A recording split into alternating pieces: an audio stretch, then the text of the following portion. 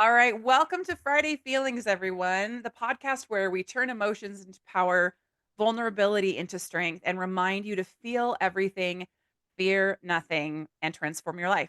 I'm your host, Jenelle Friday, and today's episode, we are talking about the power of self reflection that allows you to unlock emotional intelligence. And today's guest is a very, very, very special guest.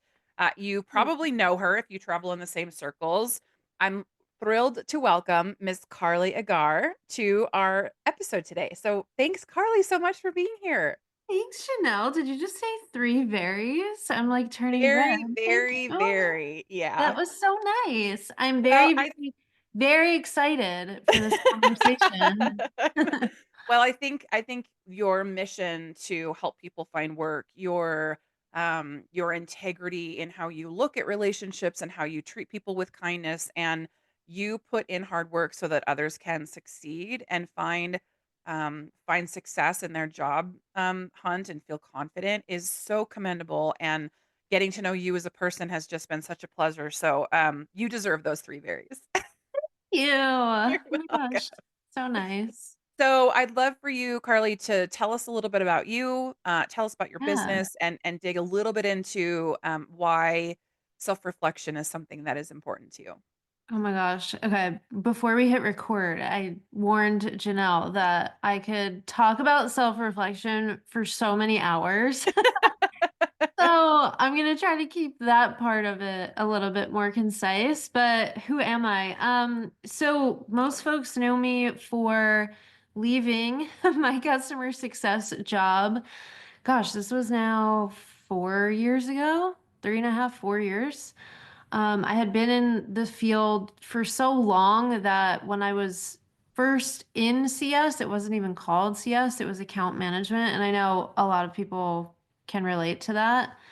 But after a little over 10 years in the field, I decided I'm not going to do this anymore. And instead, I want to help people in the field land jobs. So for the last 4.5 years, I've been full time helping customer success job seekers. At first, it was just me by myself trying to figure stuff out, trying to be a business owner. And now we have a team of almost 10 people, which is just absolutely insane. Amazing. And what Yeah. a great, I mean, so what was the trigger for you? What really got you to the point to say, I don't want to be CSMs anymore. I want to help CSMs. Self reflection. What an answer. A lot of self reflection, and I can be more specific about that. So, I had reached a point in my career where the natural next step for me would have been to become a manager of a team, meaning I had maxed out my pay, I had maxed out my responsibility, I had maxed out my title as an individual contributor. That's not to say there wasn't still more for me to learn. Could I have maybe made a little bit more money? Sure, but for all intensive purposes, like I had reached a peak. Mm. And when I thought about becoming a manager of a team, I was just like, none of that sounds fun to me. Like when I picture how I will be spending my days Monday through Friday leading a CS team, it's not at all what I want to be doing with my time. Like I don't want to spend all my time on internal meetings. I don't want my success to be so directly tied to other people's effort and success. Mhm. I don't want to be the escalation point for everyone's upset customers. I don't want to be the person that has to tell my team to do all this stuff that leaders above me want them to do. Like, just none of that sounded fun to me. Yeah. And so I was like, maybe I just need to do something totally different and not follow the path that everybody else follows. And that was like one of the big moments for me when I decided I'm not going to stay in customer success. Yeah. I mean, and that's a really not only self-reflection as a massive part of that, but it's also it takes a lot of bravery and courage to decide, okay, this is the next logical step that makes sense for everybody else. I'm not really feeling it, but I'm going to Mhm. step out on my own and do something different. I mean, that's such a courageous thing to do. Yeah, it's funny looking back because now I can say it was courageous, but in the moment it felt, what's the word? Um, it almost felt like I was rebelling, like it felt rebellious in a way. Okay. Okay. It also felt extremely lonely, Yeah. and I felt like, oh my gosh, I've been in this career for 10 years and I'm now just realizing like I don't fit in. Mm. Because everyone around me was like, "I wanna become a manager, I wanna become a manager," like, that's what we're all working for, right? And I'm Yeah. like, "Now Yeah. I have this opportunity and I don't want it." Yeah.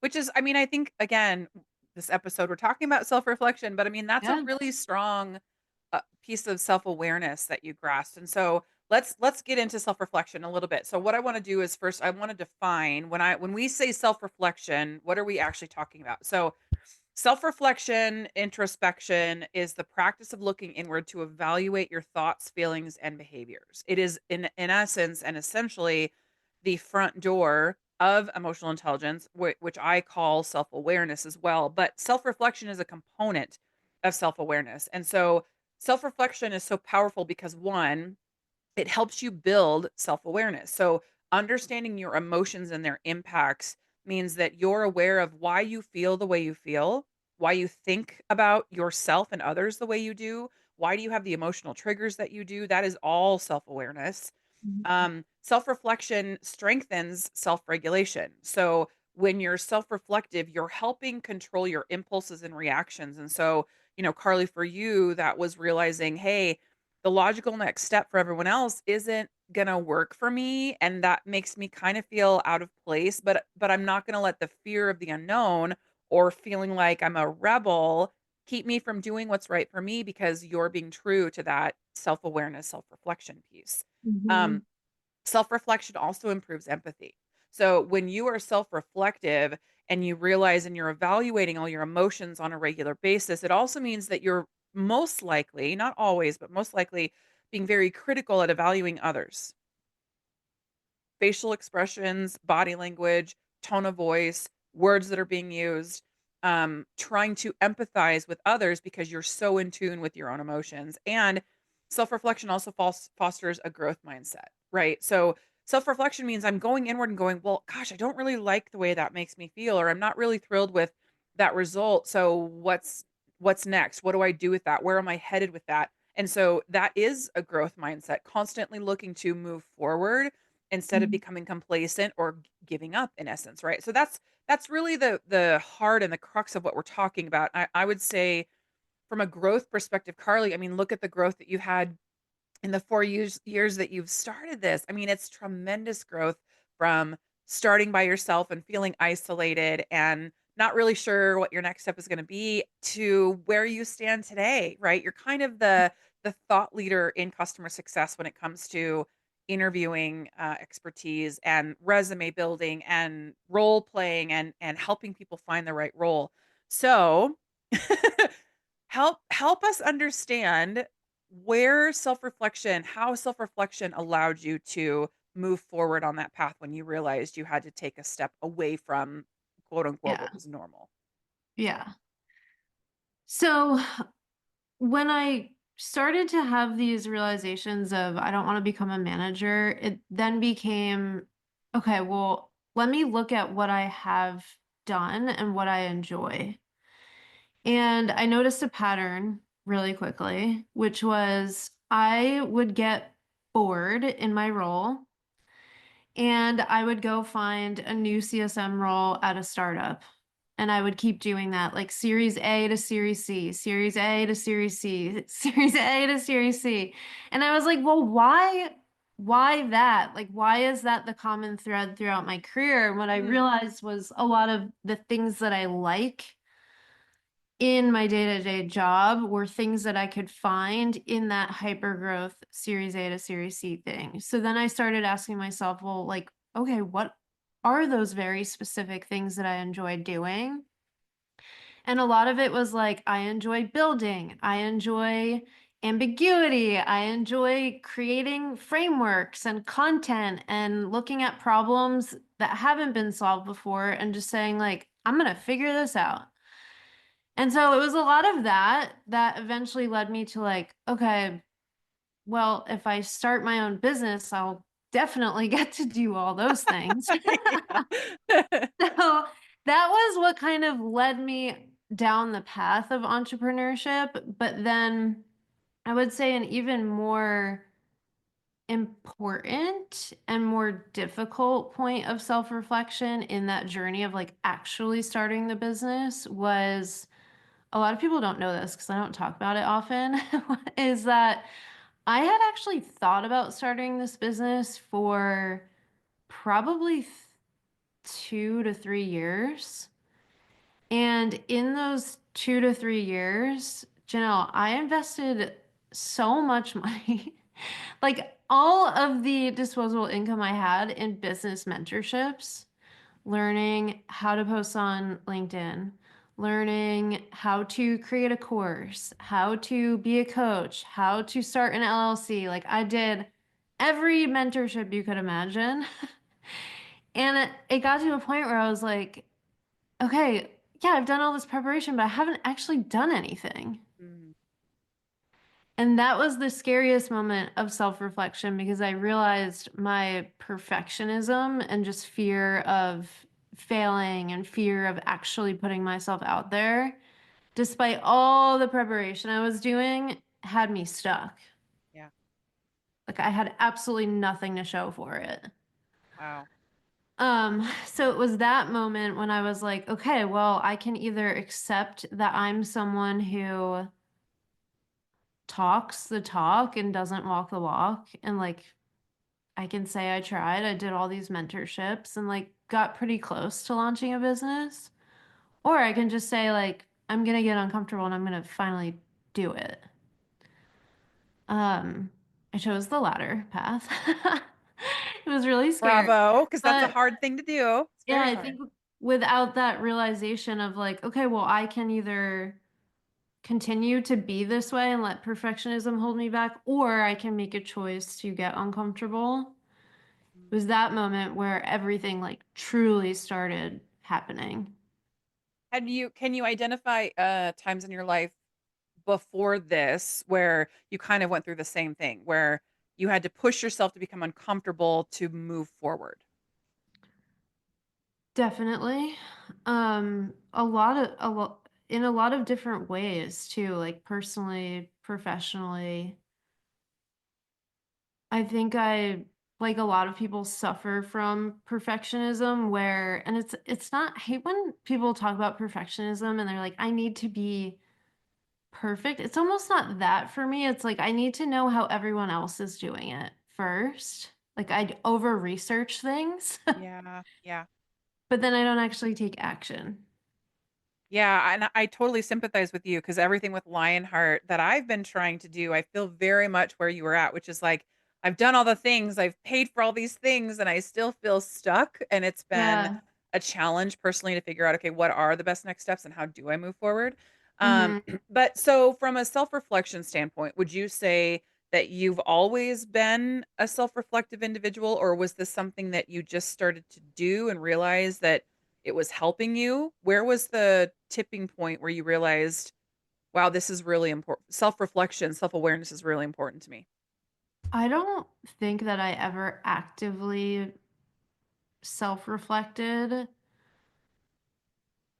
until I had to make that choice of what I wanted to do with my career. Mm, I think throughout my career, I maybe did a little bit of self-reflection, but it wasn't that deep. It mm, was what we all do, where it's like you kind of take inventory of the job that you're in and you figure out, like, okay, well, how is that going to inform the next job I step into? mhm, But it wasn't really until that moment where I was like, oh my gosh, do I have to throw away my 10-year career? Like, I don't fit in here. I don't have a direction, where I started to be super intentional about mm. self-reflecting.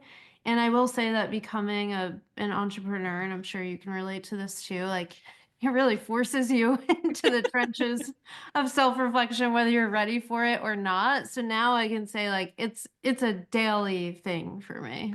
Yeah. So let's talk about self-reflection and maybe some of the assumptions that people make about a self-reflection question or what that process looks like. So Ooh. for me, right, when Yeah. I've met people and they say, "Oh yeah, well I'm self-reflective. I mean, I'm pretty aware of my feelings." And then I ask difficult questions, it kind of comes to the surface that, well, you might not be as self-reflective as you think. So let's get Yeah. into kind of the level of self-reflection that we're talking about. So I have questions that I'm going to ask you, if that's okay. Ooh. Okay? Yeah.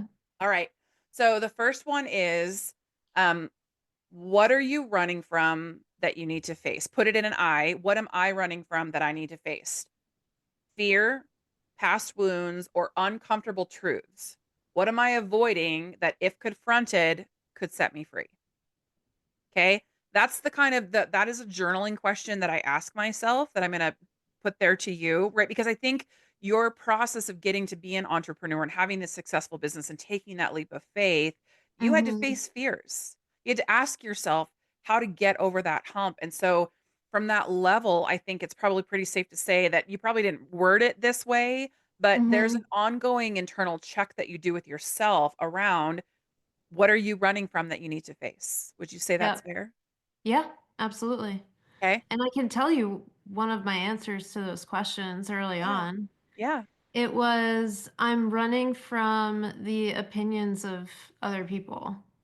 Mm, that's really profound. When it comes to just, I mean, something as simple as posting on LinkedIn, like now I do it every day. Don't even think about it. Janelle, the first couple of posts that I made on LinkedIn, I'm not even exaggerating. I would, it would take me hours to write the post, first of all. Mm. Change it, delete it, rewrite it.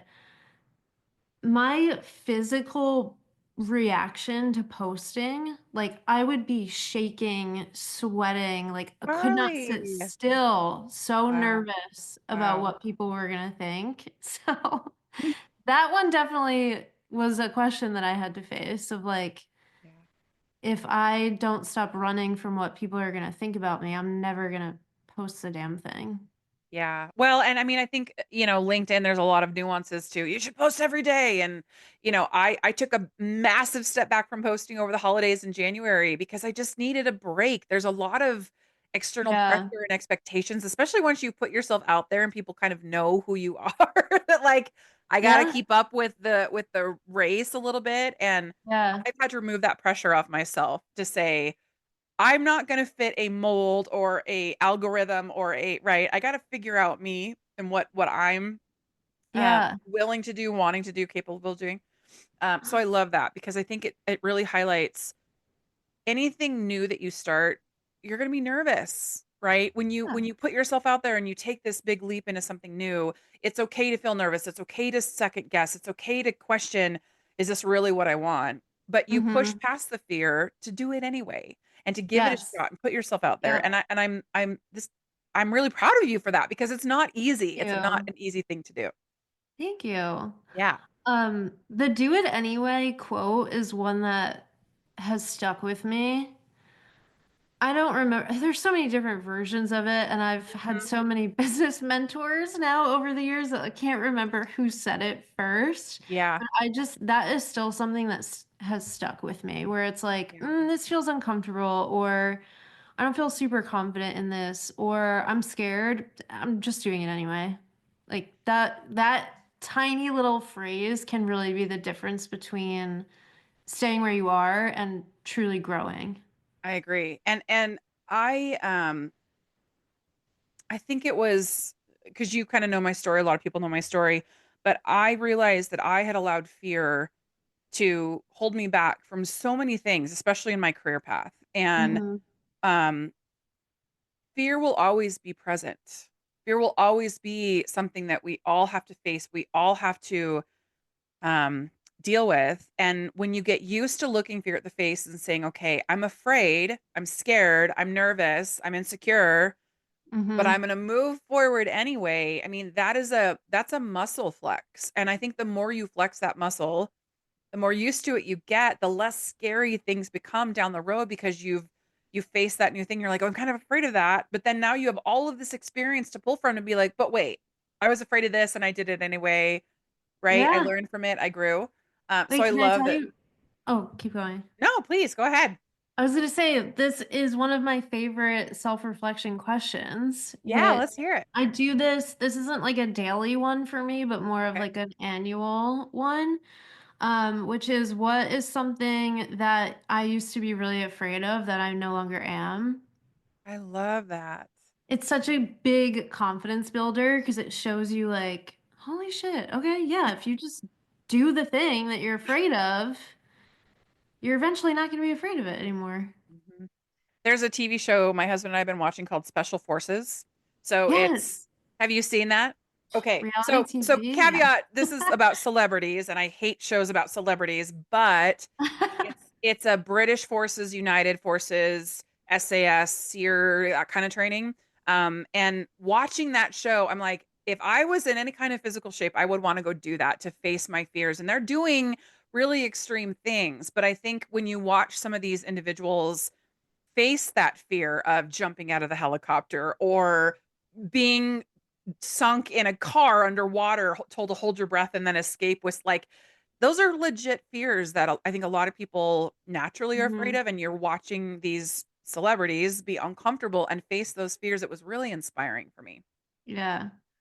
I think one of the coolest things that I've learned about facing fears over the last couple of years especially is it's not even so much about the specific things that you no longer become afraid of, like the posting on LinkedIn, the recording the first podcast. It's not so much about that stuff because that becomes so small. Mhm. It's more about the more of those small things that stack up, the more, at least for me, I realize that I innately trust myself. And so whenever I'm faced with something difficult, I'm like, "Ugh, this sucks. This is really stressful. Like, I have no idea what I'm going to do, but I know I'll figure it out." And like, that is one of the best feelings in the world. I love that. That's really profound. All right, I got another question for you. Are you ready? Oh, yes. Okay. If your thoughts become the script of your life, what is the story that you want to live? Oh, that is deep. If my thoughts, ask the question again. If your thoughts become the script of your life, what's the story that you want to live? Well, my current thoughts are really based on fears. So I would say in the current moment, it would be a fearful life. But if we're talking about my aspirations and dreams, I think it would be honestly like continuing to inspire people to get uncomfortable and to like advocate for themselves and put themselves in a position where they feel happy and fulfilled. Mm, I love that. Yeah. Let's just be clear about the question, right? If your thoughts became the script of your life. I Mhm. talk about this a lot, but your thoughts literally, and I mean it in every sense of the word, direct your path forward. If you're an individual who's constantly telling yourself you can't, I'm Mhm. afraid, you're talking down to yourself, you're speaking negative things out loud, you're constantly berating yourself internally, mentally, those thoughts are driving your life forward in the sense that your thoughts and your internal dialogue chemically create emotions and energy in your body.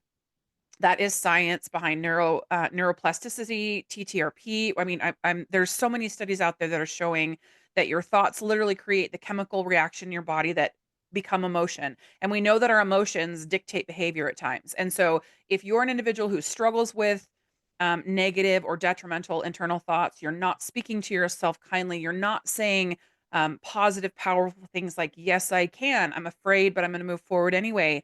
I don't know what's going to happen, but I'm going to trust myself." Um, Now is the time to start. And it has to be intentional, it has to be purposeful, because if you just continue to go on life the way you've been going, then you can expect the same results, right? The very Mhm. definition of insanity. So, I'm going to ask one more question, Carly. You don't have to answer it. It's going to be mostly for our listeners, but here's my question if you're listening. What is one truth about yourself that you've been unwilling to accept?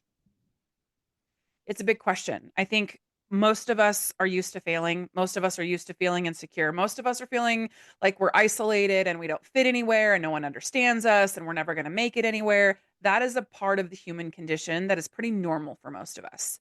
But I would say, Carly, specifically from someone like you, the ability to talk through it and come to the other side to say, okay, I'm not sure what I'm doing. I don't have the experience. I'm terrified of what people are going to think, but I'm going to get on the train anyway and figure Mhm. out where it takes me. That is a leap without looking to some degree, and I've had that my whole life. I don't think everyone is just naturally born with that. It's a choice that you had to make that came from a gut feeling that says move forward. And so Mhm.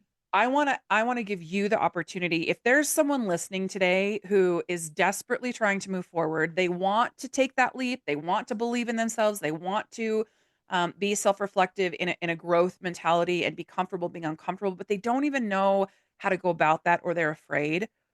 What advice could you offer someone in that place? Ooh, that's a really good question. I think it goes back to that phrase of do it anyway. And also the question that you just asked of like what's a part of yourself that you're unwilling to accept? So I would almost encourage folks who are feeling stuck to think about what's a truth that you've come to know about yourself that you don't like? Is it I'm too scared to do this thing, or I'm really hesitant, or I'm really quiet, or I'm not good at insert blank? Then realize that that is a temporary truth and you have everything in your power to change that thing. Just because it's true today or has been true for the last 30 years or whatever does not mean that that has to be true for you forever. I love that. So, if self-reflection is a part of your regular life, would you say you're daily reflecting, Carly? Yes. In fact, the reason I asked you if I could curse on the show is because I have a notebook on my desk that literally says, shit, I do not enjoy doing. Oh And my gosh, on the I love next it. page, I have a list that says, shit, I really enjoy doing. So, okay, not everybody's a writer, right? When I Yes. say you should journal, I'm not like, "Dear diary, today."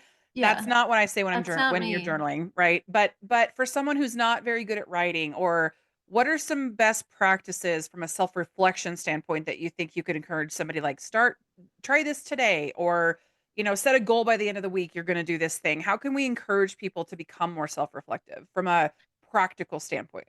Yeah. So I'm also not a journaler. I'll do it like once a year, but not regularly. I've tried, doesn't work for me. So what works really well for me is what I just described, which is literally having a notebook on my desk. It could be on your phone, could be in your Apple Watch, whatever, but write down throughout the day stuff that you like doing, Mm. stuff that you don't like doing, and then I would add a third layer to that. This is like a little bit more advanced, but things that you say about yourself.